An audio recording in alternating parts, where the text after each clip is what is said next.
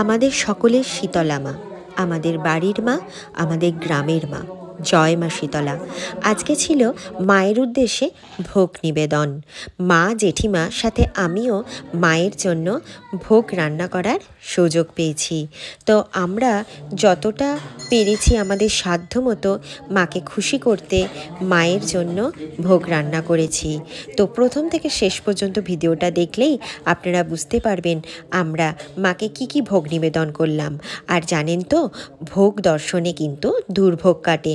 তাই অবশ্যই আপনারা মায়ের ভোগ দর্শন করবেন আর মনে মনে মায়ের কাছে যা চাওয়ার মন ভরে চেয়ে নেবেন, কারণ আমাদের মা শীতলা ভীষণ জাগ্রত মা। প্রতি বছর বৈশাখ মাসে মায়ের বাৎসরিক পূজা হয়, আর এই সময় মায়ের উদ্দেশ্যে ভোগ নিবেদন করা হয়। প্রতি 6 বছর অন্তর আমাদের পালা আসে, 1 বছর সেই পালা চলে। আমার দাদুরা 3 ভাই, সেই মতো বছর বছর পালা চক্রাকারে ঘুরতে থাকে। এইভাবে চক্রাকারে ঘুরতে ঘুরতে 6 বছর লেগে যায় আমাদের পালা আসতে। লোক দেবী শীতলা মা হলেন কাত্যায়নের আর এক রূপ।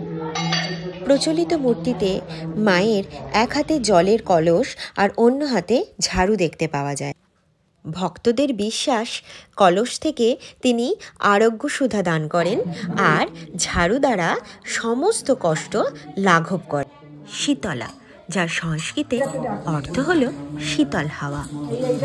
মা শীতলা হলেন আদ্যাশক্তি মা দুর্গার অবতার।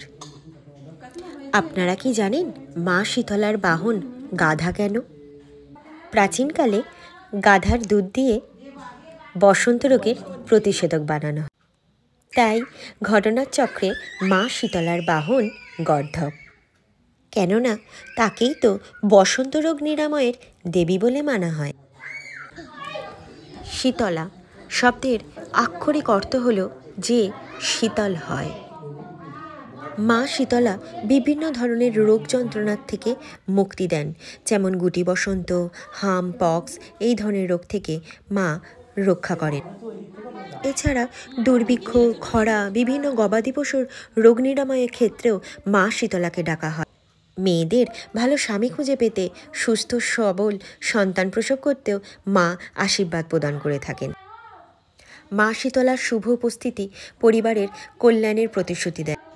যেসব লোকদেবী মানব সমাজে, মানব জীবনের সাথে ওতপ্রোতভাবে জড়িত, তার মধ্যে অন্যতম দেবী মা শীতলা। আপনাদের একটু আগেই জানালাম মা শীতলার বাহন কেন গাধা বা গর্ধব। কারণ গাধার দুধ দিয়ে বসন্ত রোগের প্রতিষেধক বানানো হয়, কিন্তু এর আর একটা অন্য অর্থও আছে। গাধা হচ্ছে নিঃস্বার্থভাবে নির্বিবাদে কাজ করে চলে। মাও চান কাজের এই দর্শনে অনুসরণ করা হোক মানব সমাজে।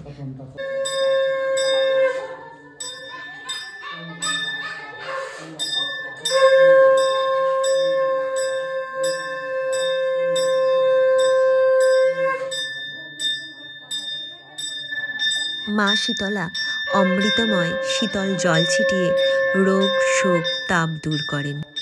মা শীতলাকে ঠাকুরানী, জাগরণী, দয়াময়ী, করুণাময়ী নামেও ডাকা হয়। মা শীতলার পৌরাণিক ইতিহাস থেকেই এই সমস্ত তথ্য জানা যায়, যা আজ আমি আপনাদের সাথে শেয়ার করলাম। আমরা মায়ের জিনিস মাকেই অর্পণ করি।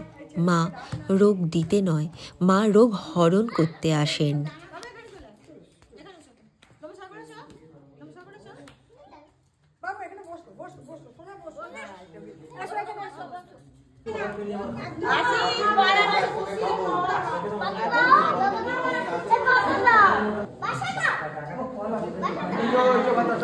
মায়ের কাছে একটাই প্রার্থনা, সকল সন্তানকে সুন্দর রেখো, সুস্থ রেখো, রোগ শোক মুক্ত রেখো।